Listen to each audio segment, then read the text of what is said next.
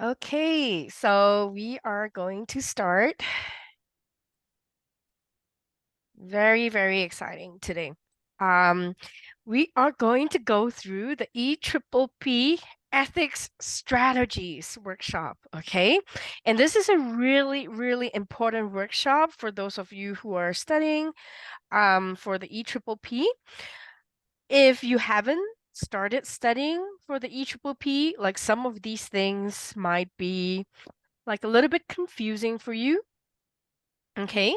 And what I would recommend, because like I said, this workshop, I'm going to make it free permanently. It's going to be uploaded onto our website, ePPPcoaching.com. So if you, watch today's workshop and you're like, oh, this is really interesting, this is really good, but I haven't started studying for the EPPP, I would recommend you to review this video again right before you sit for the exam. Okay, because there are going to be some concepts here that are going to be super important for you if you are going to sit for the EPPP soon.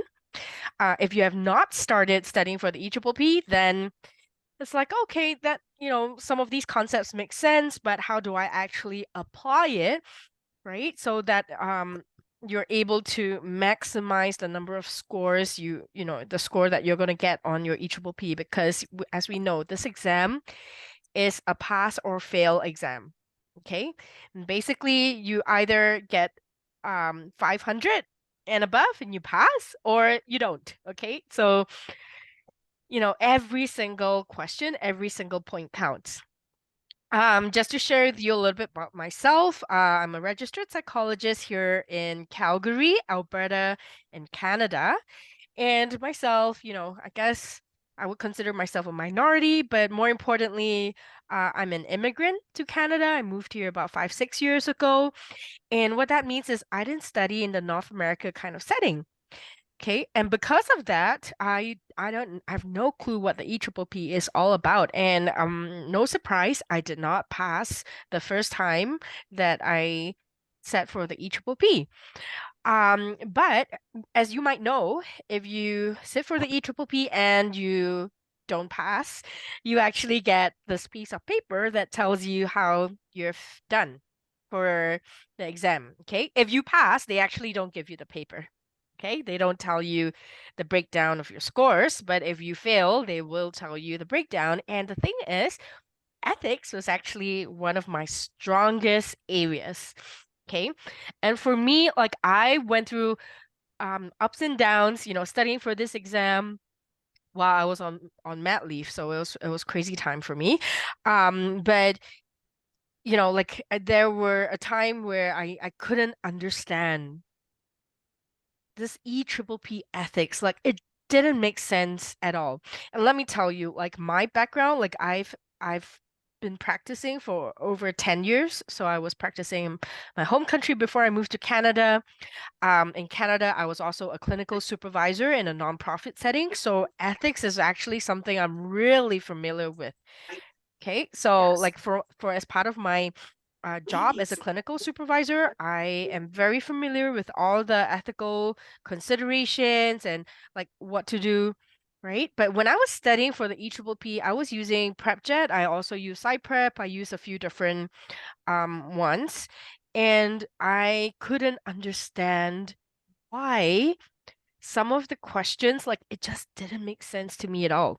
Okay, so if you're one of those people, um, then good. Today is the day that I help you unravel the mystery of what is going on with the EPPP ethics questions. So we're gonna have some good strategies that you can use and to do better in your EPPP. Okay. There we go. So today's outline, we're gonna go through why is EPPP ethics so challenging. Okay. And I have a slide that says, if you get it, you get it. Okay. The mindset of the EPPP test taker, strategies for taking EPPP, which ethics material should I use, and some sample questions. Okay. And so the good thing is, if you get it, you get it. And I'm gonna make sure that all of you get it before you leave, okay, in this 1 hour. So I don't have a lot of time, but I am gonna make sure that all of you get it so that, you know, ethics is gonna be the easiest, easily, it's the easiest topic of our entire EPPP, okay, because, you just need to memorize the ethics and some of the key considerations. So I'm not going through the EPPP ethics content today. So I'm not going to break down the different parts of the content, but I'm going to talk specifically about the really challenging part of the ethics, right? So most of us, in Alberta, we have to do a jurisprudence exam. We have to do an ethics exam, right? So it is, ethics is not something that is a difficult, it's not a difficult topic, but why is it so difficult when we're doing the EPPP? Okay, so this is where should I put myself? Okay, this is a quote I got. If psychologists' ethical responsibilities conflict with the law regulations or other governing legal authority, psychologists make known their commitment to this ethics code and take steps to resolve the conflict in a responsible manner in keeping with um, basic principles of human rights, right? So the thing is, why is the EPPP ethics so challenging? Is because we have people from all over North America. We have people practicing from Canada, from different parts of the States. And as we know, the ethics, um, the code of ethics is different for Canada and for America. Okay.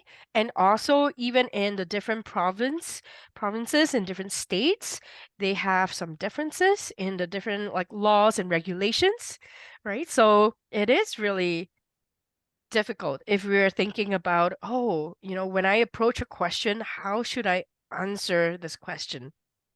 Okay, so if all of us, like everyone from different provinces and states, if we're just using one code of ethics, I think it would be a lot simpler, but it's not, right? So what you actually need to know going into the EPPP is that you cannot use the laws of the place that you're from.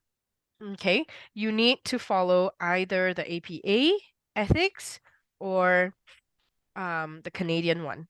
Okay, the code of ethics for the Canadian one. Some people might have questions like which one do I need to use? I tell you very honestly, personally, I did not read the APA ethics at all.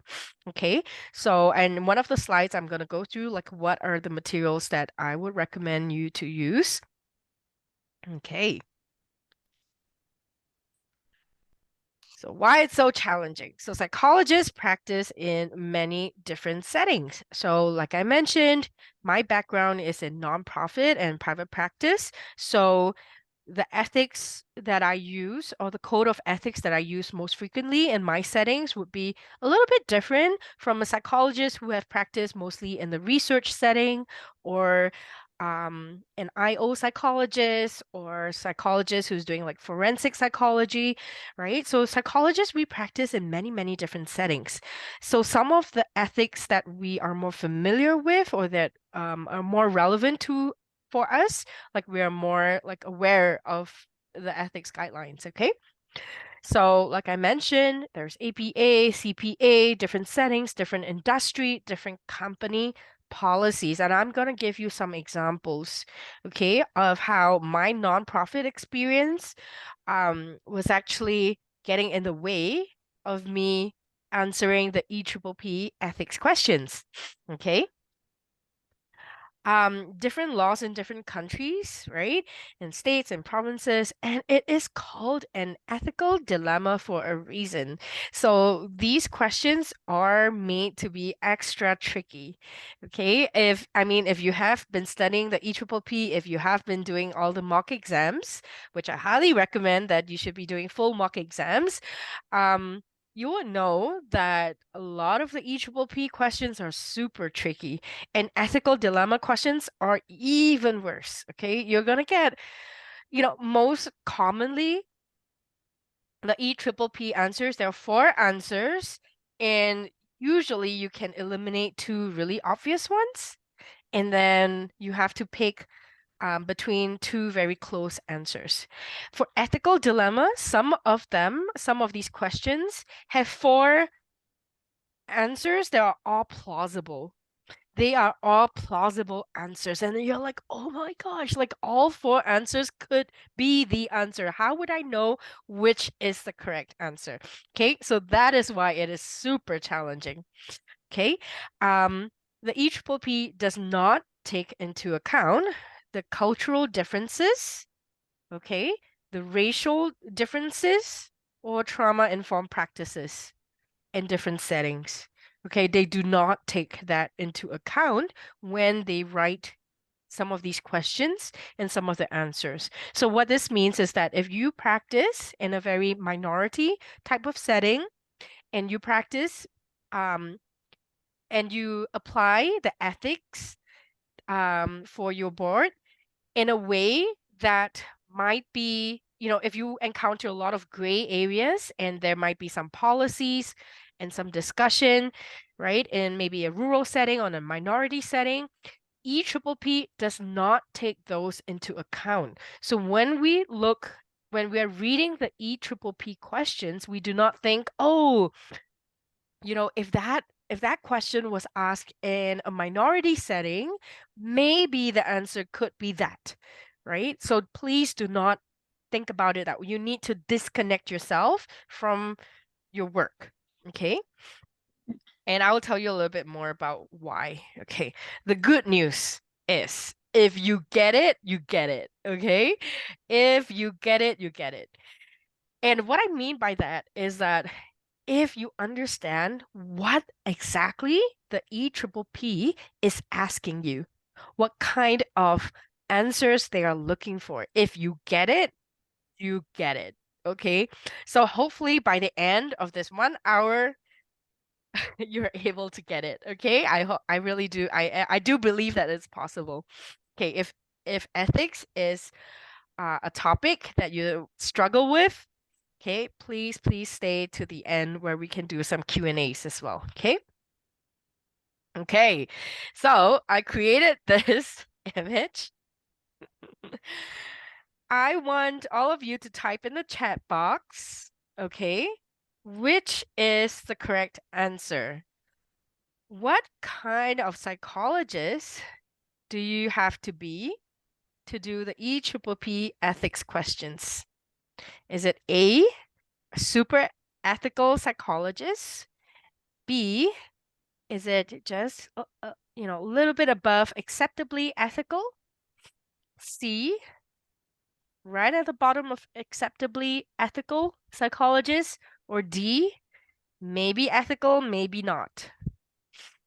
I'm not even gonna put the option of unethical. So we're not looking for unethical psychologists, of course. Okay, I'm just gonna bring up the chat box. Yeah, good, good, good. Okay, I see a lot of AABB, AABB. Good.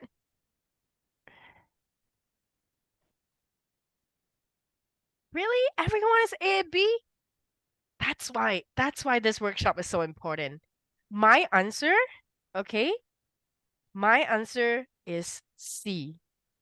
When I got it, when I finally understood what type of psychologist the EPPP was asking for, they are asking for C. They want to know what is the minimally acceptable, um, what is the minimally accepted psychologist, ethical psychologist, okay, that would be able to practice as a psychologist. Okay. And so I made the same mistake right at the start. I was like at A, I was at B, right? I was trying to be really, really ethical with my answers. I was looking at all the ethics question and seeing which one is the most ethical answer. And I was getting all of them wrong. And I was like scratching my head. Why am I getting all these? And then I looked at the answer, right? I was doing like prep jet and sci prep, and I was looking at the answer. This doesn't even make sense. This doesn't even sound ethical in some of these answers. Like, what's going on? And then I realized that what they were looking for was not the most ethical psychologist. That would be the wrong mentality to approach this. They're not looking for Priscilla Lee, clinical supervisor of nonprofit super ethical psychologist. They're not looking for that. They are looking for minimally ethical psychologists. They want to test if you know what is the minimal accepted practice. Okay, does that make sense? I hope that makes sense too. Okay, we're gonna do some questions, okay? And then we're gonna do some questions in a bit so you will understand this a little bit better. Okay. The mindset of the EPPP test taker. You do not need to be an ethical psychologist. You need to be an EPPP psychologist. Trust me, I have thought internally about this point so much. I'm like, this doesn't sound ethical. Like, why are you forcing me to pick an answer that doesn't sound very ethical? And then I have to kind of reframe, okay, the EPPP is asking me, right? What is the minimal a psychologist can do and still be considered ethical in their practice? That is what the EPPP is actually asking me. That explains my practice score. Go back after this workshop, go and take the EPPP, whichever prep program you're with, go take it again, okay, and see if your scores goes up. Okay, I bet you if you go sit for your mock exams and you think, what is the minimum required? Okay. Yeah. So not care about yeah, they want us to be, you see, some of them sounds unethical, but it's actually not unethical. So they're not looking for unethical psychologists. They're not let me clarify this, okay? In case anybody misunderstand. They're not saying that pick the unethical answer. No, they are saying pick the minimally ethical answer, which is a bit of a difference, right? So what is the minimum that you need to do that, yeah, the bare minimum, exactly. The most minimum. And sometimes it can even feel a little bit incorrect. It can even feel like it's unethical. But if you think back on the ethics that you have studied and you're like, okay, I'm sure that that is the minimal required for a psychologist to be, considered ethical. That is the answer. Okay. So with that in mind, in other words, if a psychologist does the bare minimum, is it still ethical? And in the EPPP setting, the answer is yes. If you do the bare minimal required, you are still practicing as an ethical psychologist, okay? Because there can be so many different settings and so many different contexts. Can we follow this with an example? Perfect. I have like a few examples at the end. Um, let's see. We'll get to the examples, okay? We will get to the examples. Don't worry. Okay, so strategies for the EPPP.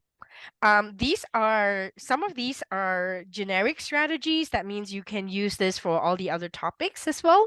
But I have picked the strategies that I felt was most relevant for the ethics question.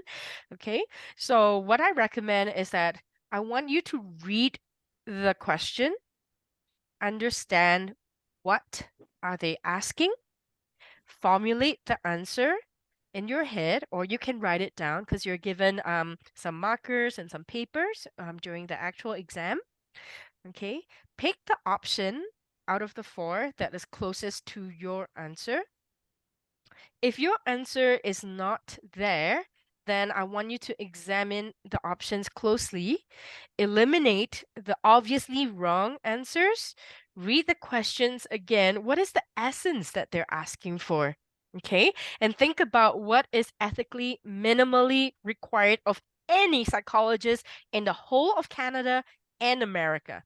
Okay, we're not thinking about a psychologist who's practicing in Alberta, Canada, or we're not thinking about a psychologist who's practicing in Los Angeles, right? And all those stuff. We're talking about do we know what is the minimal required ethics requirement for any psychologist in North America? Okay, that is the right answer. There's only one answer that is totally correct. Yes. Okay, exactly. Do not select the answer that is only half true. That is a mistake that a lot of people make because when they come up with um when you formulate an answer in your head and then you read through the four answers, one of them could be quite close to the answer you've got, but only partly true. Do not pick that answer. That is a trap. Okay. So the EPPP have lots and lots of traps. Do not pick those answers. I would say that the EPPP, okay, um, no matter how well you have studied or how much you have studied, there's going to be a whole chunk of questions that you have never heard of, you have never seen. Okay. And it's going to shake your confidence. It's going to make you doubt yourself. Okay. That's the worst thing you can do during the EPPP exam for that 4 or 5 hours. You're like, if you're stuck in your head and you're panicking and you're doubting yourself at every questions, you're not going to be able to pass this exam. Okay. This is an exam. It's not an exam testing your memory, right? It's an exam testing of application. Okay, it is an exam testing your application, but you're like, but Priscilla, they're asking me, how can I be not so ethical psychologist? I can't do it. Okay, just do it for this exam. I'm sorry, just do it for this exam. Okay. So there was an example actually. Someone emailed me before this workshop, and they had some questions, right? And one of the questions was do we have to report um someone who was sexually abused by um their psychologist? Okay, so let's say, for example, I think I have that simple question in there, but and I'm not going to show you the question right now. I'm going to show you the question in a bit. But the person emailed me and they were saying that in I think it's in Ontario, they actually have a duty to report. Okay, legally they have a duty to report if, let's say, your client comes to you and say that, oh, my last psychologist actually sexually abused me, sexually or raped me or sexually assaulted me. I actually have a duty to report if I'm practicing in Ontario. But okay, this EPPP is not asking the ethical psychologist practicing in Ontario what to do. Okay, they are asking what is the minimal that you need to do if you're practicing in Canada or America. Okay, so that's why it's really confusing. Because Alberta, we have our own rules as well, right? Different states have their, yep. So the confidentiality is actually the more important piece here. So when they ask a question, when your client comes to you and tell you that they were sexually assaulted before by another psychologist, the question here is about confidentiality, which, if the client's saying, no, I do not want to report this to anyone, I do not want to tell anybody, I don't want to, right? So you have to think, if I'm picking the answer that I know is best, or am I picking the ethically minimally required answer in the EPPP? Okay. So and I forgot to mention this part, but don't make any assumptions of what is not written. So in this example, maybe what was not written is, did they have they told anybody else? um are they in a professional relationship or romantic relationship with this psychologist that had sexually assaulted them, right? So there were a lot of question marks that could make the question a little bit different. So please don't go and think about, oh, hypothetically, if it was like this, maybe it's possible. So that is making assumptions of what is not written in the question. So you don't want to do that, okay? You want to read and take it at surface value, what they're asking you, and you want to give the answer that is minimally required. And once you get that, that's what I mean. If you get it, you get it, okay? So yep. Okay. Yep. Julia, that's the right answer. Okay. It's up to them how they want to report it. But then it goes a little bit more tricky than that. I'm going to show you in a bit. Okay. So, which ethics material should I use? Okay, so there's so many different ethics materials. So other than the American APA, Canadian CPA, there's also like different province, different states that have their own like health regulation, and legal and laws, right, to follow. Generally, the EPPP is not gonna test you like something that is super specific to any individual state or province. Okay, I personally feel it's more headache to go and learn a whole new set of ethics. So I only revised the Canadian CPA Code of Ethics. I did not read the APA Code of Ethics at all. Okay. And so then how would I know what's tested for the APA, right? I would say just use whatever the prep subscription. I mean, that's why we pay so much, right? For the prep subscription. So just use whatever prep subscription that you're using to study and just learn the information from those prep subscription. And usually that is sufficient. And if you find that, reading the code of ethics is really boring and you still don't understand some of the content, we have actually done the workshop. So I'm gonna plug later. I'm gonna share with you a little bit about our workshop that is upcoming at the end of this month. We're doing a whole week of intensive EPPP workshop. They are all like 1.5 hours each. Okay, so if you're interested, I'm gonna share with you in a bit. Okay, but out of the whole bundle, which there are 9 workshops altogether, one of them is on ethics, where Dr. Caitlin Fuller is going to share with you the finer differences between APA, CPA, and all those things. Okay, so it's more content focused, whereas today I'm just teaching you how, what type of psychologist the EPPP is asking for. And for those of you who have joined us a little bit late, maybe I'll go back to the page, this very important page, and I just want to reiterate that the type of psychologist the EPPP is looking for is C, just a little bit above the gray area, then maybe not ethical, like sometimes it feels like even a D, okay, to be honest, but they're actually looking for the C psychologist, acceptably ethical psychologist. They're not looking for the most ethical psychologist, okay? Okay, there we go. Yep. So this is our workshop. It's coming up.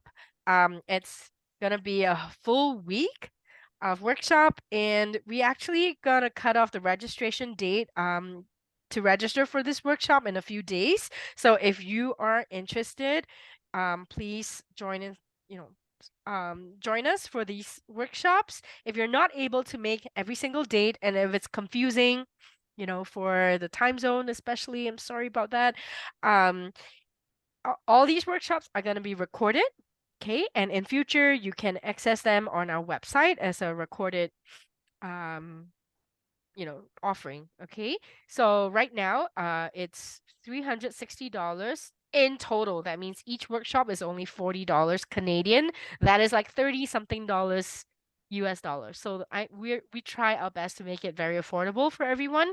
Okay, so if you can join us for the live virtual workshop, each workshop is 1.5 hours. There are a total of 9 workshops, and it's really intensive. But if you are going to sit for the EPPP this winter, then I strongly recommend you join our intensive bootcamp.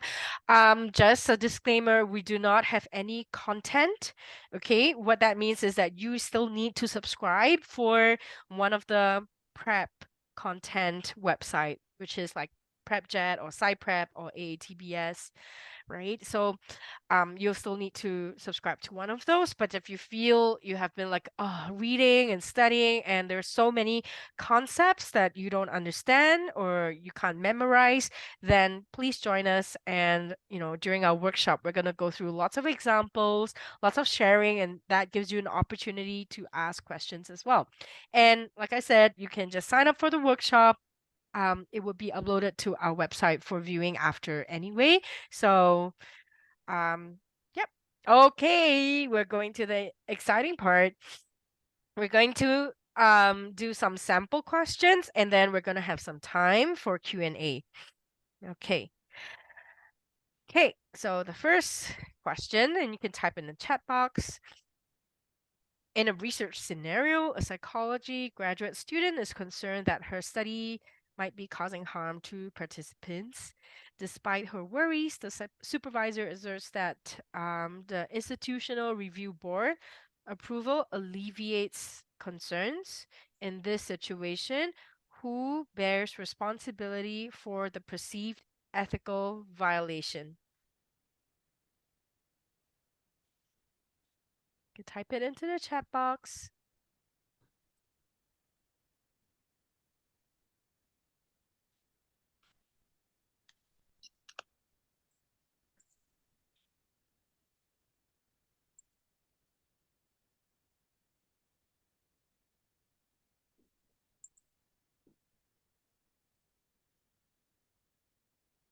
Yeah, good.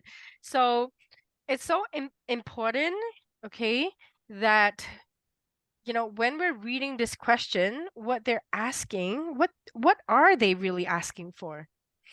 Does does anybody want to try to attempt this?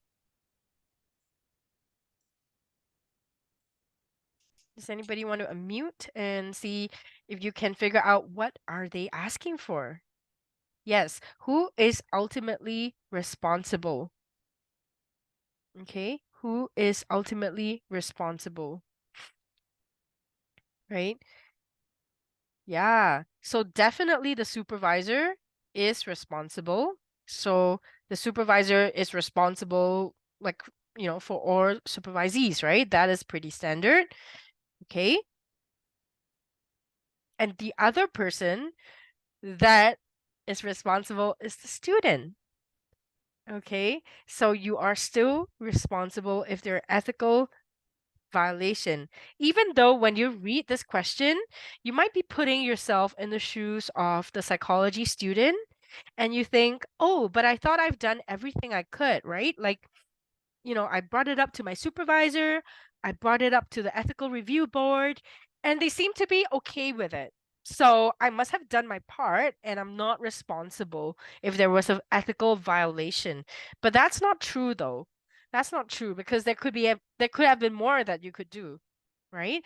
And you're still responsible for it, even if, for whatever reason, the ethics board might have missed something, and you can say, well, that is their problem, right? But in the eyes of the ethics, we are always responsible for our experiment. Okay? If you're looking at it from like insurance purposes, then you know yeah, the supervisor has vicarious liability, definitely, but the student is not completely off the hook as well, isn't it? Yeah. Oh, good, good, good. So one of the questions here, I feel that, the psych student might be a provisional or becoming registered, won't would not be able to hold them responsible for their actions. Exactly. The problem here is that you cannot make any assumptions. You cannot make any assumptions of the story that the EPPP is giving you. Okay? You don't think, oh, if they are a psychology student, maybe they're a counseling student, they don't fall under CAP or APA, right? They're not responsible, right? But we don't want to even entertain these assumptions. We just want, the EPPP question, which is, Yeah, the answer is D. Exactly. Student and supervisor. Okay. We just want, okay, to know that the EPPP is asking us in this question, they're testing you who is responsible when there is an ethical violation. That's all they're asking. That is all they're asking. And the finer question that they're asking is if your ethics board cleared you, that they didn't notice any ethical concerns, you know, is the student and the supervisor still responsible if there was any ethical violation? Yes, right? So the answer has to be D. Okay? I hope you understand my train of thought with regards to this question.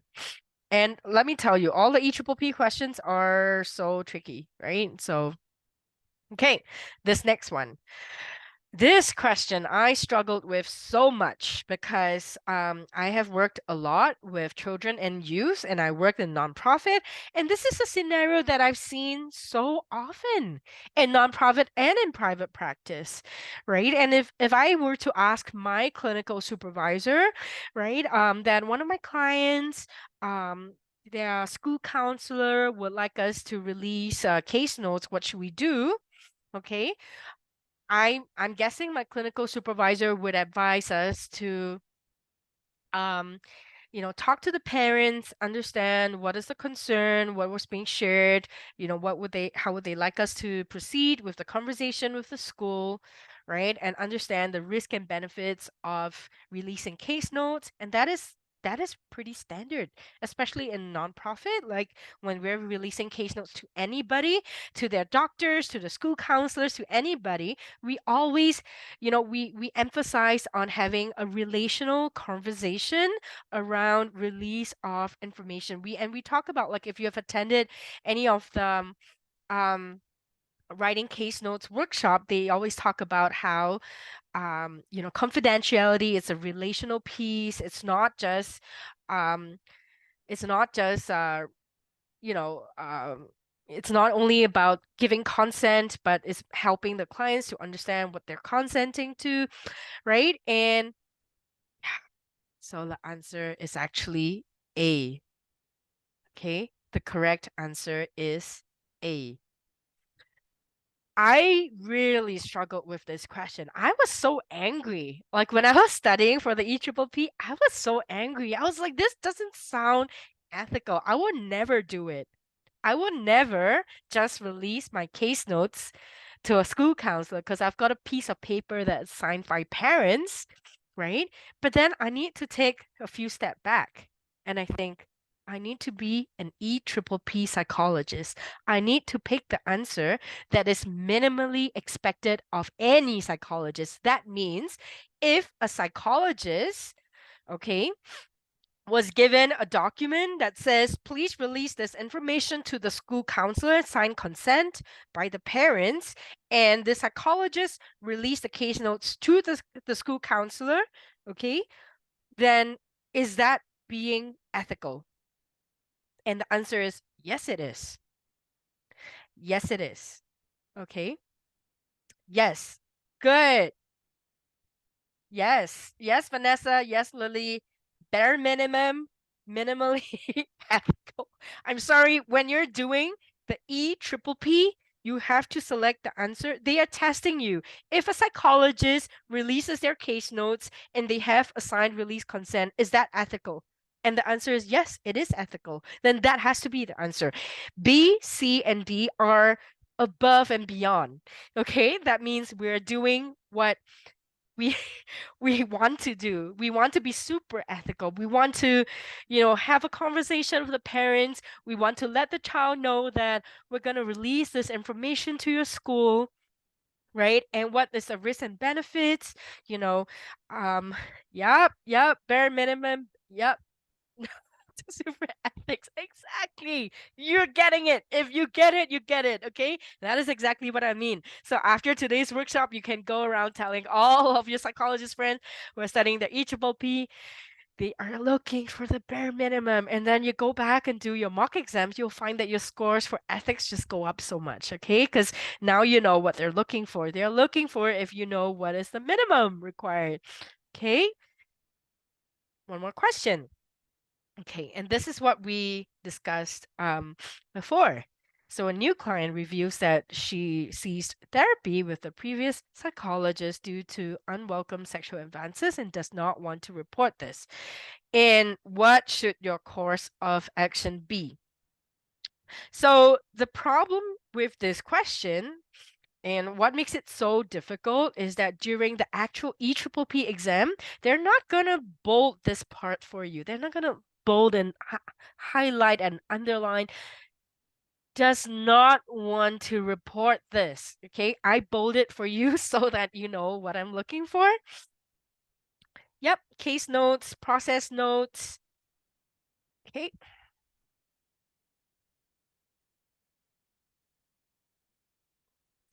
Okay, let me tell you, to be honest, even as an EPPP coach, I don't actually know if the EPPP would consider B as the answer or D. Okay, I don't know. The answer could very well be D. Okay, the minimum, yes, the minimum is D. Okay, and the reason why, and that's why I actually bold this, okay?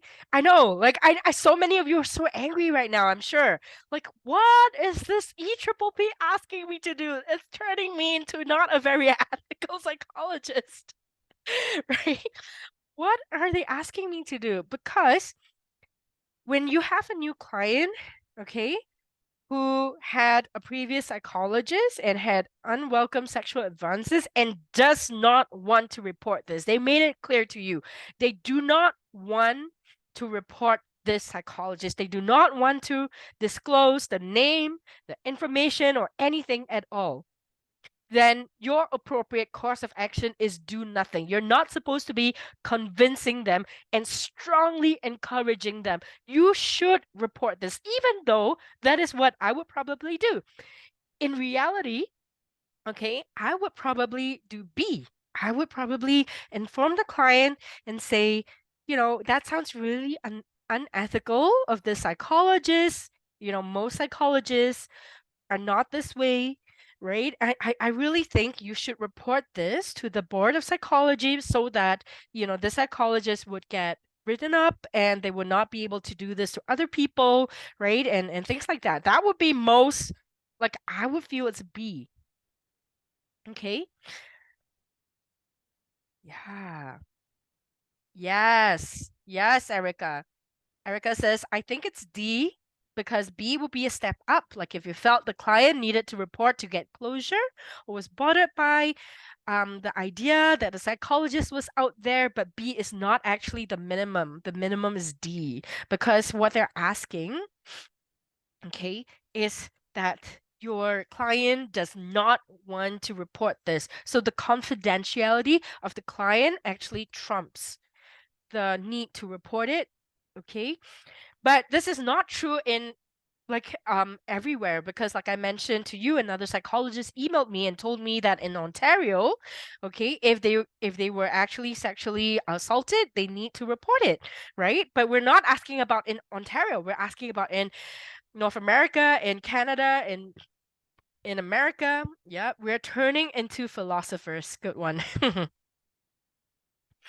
Okay, are sexual advances different from explicit sexual actions? Mm-hmm. Mm-hmm. Ooh, I think this is really difficult, Elena. So, I think thank goodness, the EPPP. Okay, I've got a lot of people who ask me, are the EPPP questions really difficult? Like, are they more convoluted or are they like more straightforward? And I would actually say that the actual EPPP is more straightforward. They wouldn't ask you something that is like oh, and this is a sex therapist, right? Like they wouldn't ask you the very, very like super obscure thing, like if the person was a sex therapist.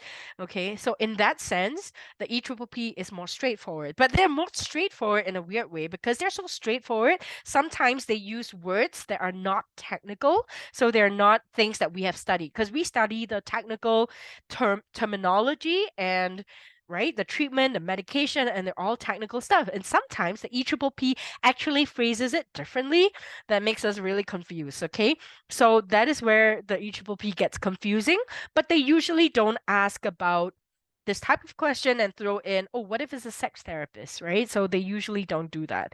Okay. Um, Good. Chris then pointed out a really good point, and that's why I struggle with this as well, right? D would be incorrect because they're not asking about witnessing. Good, right? So that's why if you ask me, yeah, they are bad and worse choices. They are bad and worse choices. If you ask me, I wouldn't even know for 100%. No, none of the prep companies can tell you 100% which answer is the right one that EPPP would accept, because there's no publish of like they're not published, right? What I can gather from all of the prep companies, as well as from sitting and failing the EPPP once and passing it the second time, is that they are looking for minimum required. To be honest, like during my EPPP, the actual EPPP exam, there was a question that came up that asked me, I'm aware that there's this psychologist who was diagnosed with HIV. Okay. What should this psychologist do? Okay. And out of all of the options, one of the options was do nothing.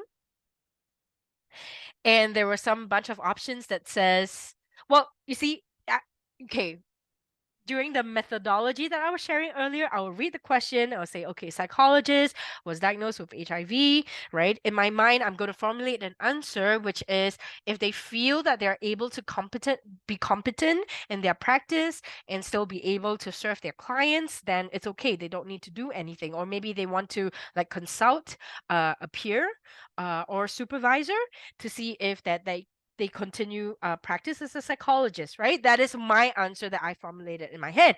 And then during the actual EPPP, when I look at the options, none of the options was this. None of it. Okay. So I was just like, what is going on? To this date, I don't know what is the right answer, but just in principle, I selected do nothing. Okay. You don't need to do anything. Okay. But I've known that some of the prep companies have this question, and they actually the correct answer that the prep company says was that you have to stop seeing clients. Okay. You have to stop seeing clients. Okay. So I was like, what? I have no idea. I have no clue to this date which is the right answer. And what I'm telling you is that all of the prep companies, we can only guess, we can back up our feel of which is the right answer, and based on the ethics, based on different things. But I don't actually know what is the EPPP thinking. These are really, really difficult. Okay. Yep, you're right.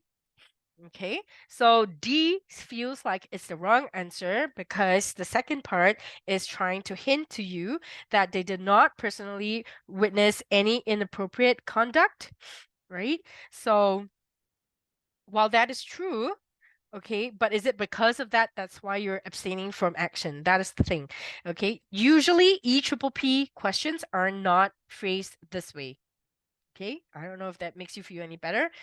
But because of this, then the answer B might have a better chance of being right. Okay, I would say this. Okay, I know I've gone round and round. When I first came up with this question. I want it to be more of a discussion because there's no obvious right answer. The obvious right answer to me is D, but because the second part is trying to hint towards um you did not personally witness any inappropriate conduct, and that's not the reason why you're abstaining from action, and that's why B seems to be more appropriate. Okay? I tell you, it's a difficult one. Okay, but I hope you understand where I'm coming from. Because a prep material could tell you the answer is B, another prep material could tell you the answer is D. And what I say is that the actual EPPP, the questions would not be so convoluted, okay? But there would be some clues to it, okay? I would say, therefore, the best answer is still B, okay? Even though the answer D could appear in some of the prep materials. Does that make sense? Yeah. Yeah. So they could both be right or wrong. And the reason why I wanted to show you question number 3 is because the EPPP does have some questions that are this way. You're like, there is no right answer. There's no obviously right answer. Even though I am so confident in my ethics, there are no obviously right answers. Okay? So you're gonna encounter this and it's gonna make you doubt yourself, okay? But just remain calm, okay? Cross out the obviously wrong answers and just try again, right? What is the question asking? What is the minimal required to be ethical psychologist and choose that, okay? So I know if you're like by the end of this workshop today, you might like, oh my gosh, like I've lost faith in the our profession because they're just asking things of me. Like I have to select options that I wouldn't do in real life, right? I wouldn't do this in real life. This is not, they're not asking you, Priscilla, the psychologist, what will you choose to be super ethical? No. Okay. So, okay. I've come to the end of my workshop. I hope that the questions were able to get you thinking. Okay, I want you to, after this workshop, I want you to go back to your mock exam and look at the ethics questions, especially the questions that you got wrong, and see if you attempt it again. Are you able to get it right this time? Okay.